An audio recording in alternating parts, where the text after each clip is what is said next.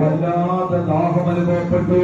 ഒരു തടാകത്തിൽ നിന്ന് ഇങ്ങനെ രണ്ട് കൈകൊണ്ട് വെള്ളം ഇങ്ങനെ കോരിക്കുടിക്കുന്നതിനിടയിൽ ശത്രുക്കളുടെ ഒളിയമ്പ് വന്നിട്ട് പെടഞ്ഞ് പെടഞ്ഞ് പെടഞ്ഞ് വീണ ആളാണ് ഹാരിസ റളിയല്ലാഹു അൻഹു. ബദറിലില്ല, ബദറിൽ പങ്കെടുത്തിട്ടില്ല, റസൂലുള്ളാഹിന്റെ ശത്രുക്കൾക്കെതിരെയുള്ള സമരമുഖത്തില്ല, നബിതങ്ങൾ സ്വഫായി നിർത്തിയ കൂട്ടത്തിലില്ല.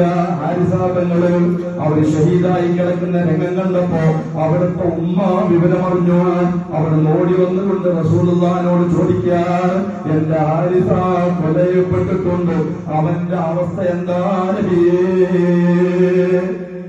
അവൻ മരിച്ചേത്ത സങ്കടമല്ല, പിന്നെ അവന് ഷഹീദിന്റെ കൂലി കിട്ടുമെന്നാണ് ചോദിക്കുന്നത്.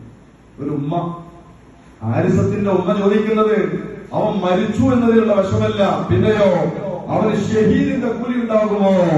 അല്ലാഹുവിന്റെ റസൂൽ പറഞ്ഞത്, സ്വർഗം ഒരുപാടുണ്ട്, സ്വർഗം പലതുണ്ട് ഉമ്മ.